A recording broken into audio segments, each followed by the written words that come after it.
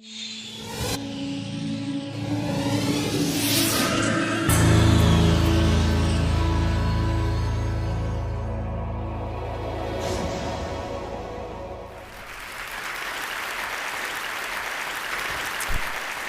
I want to talk today about money and happiness, which are two things that a lot of us spend a lot of our time thinking about, either trying to earn them or trying to increase them. And a lot of us resonate with this phrase, so we see it in religions and self-help books, that money can't buy happiness. And I want to suggest today that, in fact, that's wrong, and that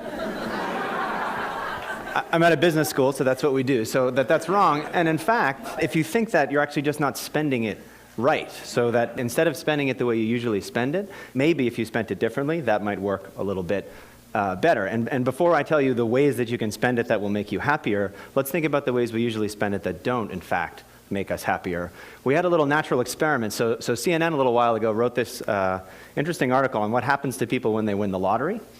Turns out people think when they win the lottery their lives are going to be amazing. This article is about how their lives get ruined. So what happens when people win the lottery is, number one, they spend all the money and go into debt. And number two, all of their friends and everyone they've ever met find them and bug them for money. And it ruins their social relationships, in fact. So they have more debt and worse friendships than they had before they won the lottery. What was interesting about the article was people started commenting on the article, readers of the thing. And instead of talking about how it had made them realize that money doesn't lead to happiness, everyone instantly started saying, you know what I would do if I won the lottery? And fantasizing about what they do. And here's just two of the ones that we saw that are just really interesting to think about. One person wrote in, when I win, I'm going to buy my own little mountain and have a little house on top. And another person wrote, I would fill a big bathtub with money and get in the tub while smoking a big fat cigar and sipping a glass of champagne. This is even worse now. Then I'd have a picture taken and dozens of glossies made. Anyone begging for money or trying to extort from me would receive a copy of the picture and nothing else. And so many of the comments were exactly of this type, where people got money, and in fact, it made them antisocial. So I told you that it ruins people's lives and that their friends bug them. It also, money often makes us feel very selfish, and we do things only for ourselves. And we said, well, maybe the reason that money doesn't make us happy is that we're always spending it on the wrong things, and in particular, that we're always spending it on ourselves.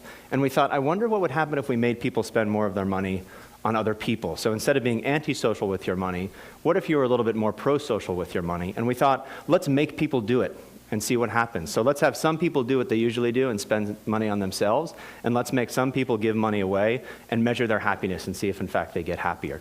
So the first way that we did this, on one Vancouver morning, we went out on the campus at University of British Columbia, and we approached people and said, do you want to be in an experiment? And they said yes. We asked them how happy they were, and then we gave them an envelope. And one of the envelopes had things in it that said, by 5 p.m. today, spend this money on yourself. So we gave some examples of what you could spend it on. Other people in the morning got a slip of paper that said, by 5 p.m. today, spend this money on somebody else.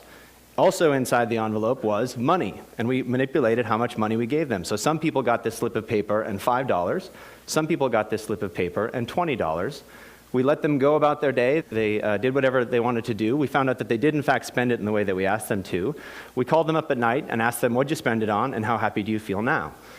What did they spend it on? Well, these are college undergrads, so a lot of what they spent it on for themselves was things like earrings and makeup. One woman said she bought a stuffed animal for her niece. People gave money to homeless people. Huge effect here of Starbucks. So if you give undergraduates $5, it looks like coffee to them, and they run over to Starbucks and spend it as fast as they can. But some people bought a coffee for themselves the way they usually would, but other people said that they bought a coffee for somebody else. So the very same purchase, just targeted toward yourself or targeted toward somebody else. What did we find when we called them back at the end of the day? People who spent money on other people got happier. People who spent money on themselves, nothing happened. It didn't make them less happy, it just didn't do much for them. And the other thing we saw is that the amount of money doesn't matter that much. So people thought that $20 would be way better than $5. In fact, it doesn't matter how much money you spent. What really matters is that you spent it on somebody else rather than on yourself. We see this again and again when we give people money to spend on other people instead of on themselves. Of course, these are undergraduates in Canada, not the world's most representative population. They're also fairly wealthy and affluent and all these other sorts of things. We wanted to see if this holds true everywhere in the world or just among wealthy countries. So we went, in fact, to Uganda. and ran a very similar experiment. So imagine instead of just people Canada, we say, name the last time you spent money on yourself or other people, describe it, how happy did it make you? Or in Uganda, name the last time you spent money on yourself or other people and describe that. And then we ask them how happy they are. Again, and what we see is sort of amazing because there's human universals on what you do with your money and then real cultural differences on what you do as well. So for example, one guy from Uganda says this. He says, I called a girl I wish to love. We basically went out on a date, and he says at the end that he didn't achieve her up till now. Here's a guy from Canada, very similar thing.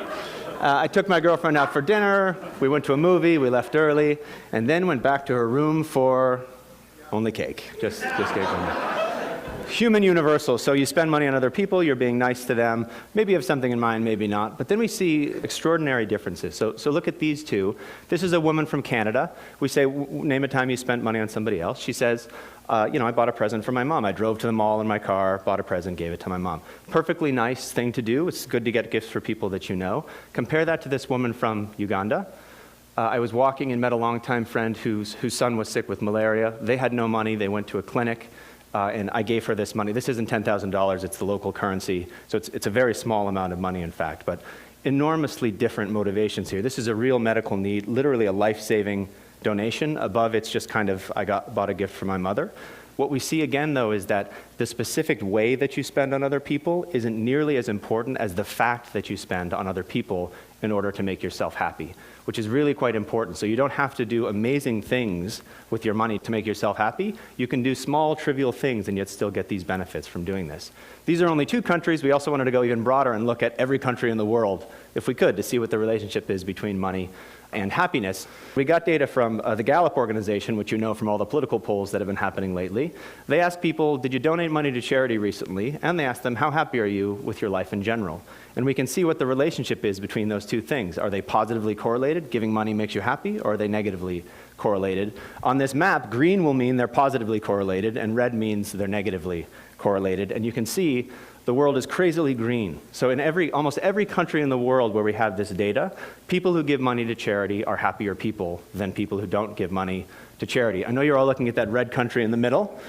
I would be a jerk and not tell you what it is, but in fact, it's Central African Republic. You can make up stories. Maybe it's different there for some reason or another. Just below that to the right is Rwanda, though, which is amazingly green. So almost everywhere we look, we see that giving money away makes you happier than keeping it for yourself. What about your work life, which is where we spend all the rest of our time when we're not with the people we know? We decided to infiltrate some companies and do a very similar thing. So these are sales teams in Belgium. They work in teams. They go out and sell basically to doctors and try to get them to buy drugs. So we can look to see how well they sell things as a function of being a member of a team. Some teams, we give people on the team some money for themselves and say, spend it however you want on yourself, just like we did with the undergrads in Canada. But other teams, we say, here's €15. Spend it on one of your teammates this week. Buy them something as a gift or a present and give it to them. And then we can see, now we've got teams that spend on themselves, and we've got these pro-social teams who we give money to make the team a little bit better. The reason I have a ridiculous piñata there is one of the teams pulled their money and bought a piñata, and they all got around and smashed the piñata, and all the candy fell out and things like that. A very silly, trivial thing to do, but think of the difference on a team that didn't do that at all, that got €15, put it in their pocket, maybe bought themselves a coffee, or teams that had this pro-social experience where they all bonded together to buy something and do a group activity. What we see is that, in fact, the teams that are pro-social sell more stuff than the teams that only got money for themselves. And one way to think about it is, for every €15 you give people for themselves, they put it in their pocket, they don't do anything different than they did before, you don't get any money from that. You actually lose money because it doesn't motivate them to perform any better. But when you give them €15 to spend on their teammates, they do so much better on their teams that you actually get a huge win on investing this kind of money.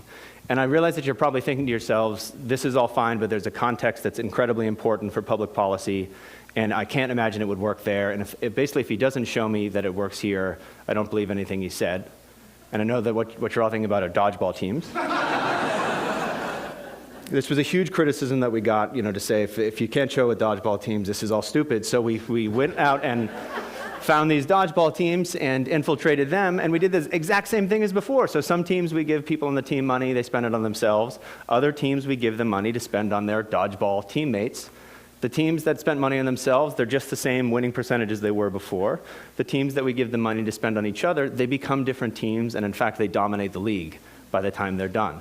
Across all of these different contexts, your personal life, your work life, even silly things like intramural sports, we see spending on other people has a bigger return for you than spending on yourself.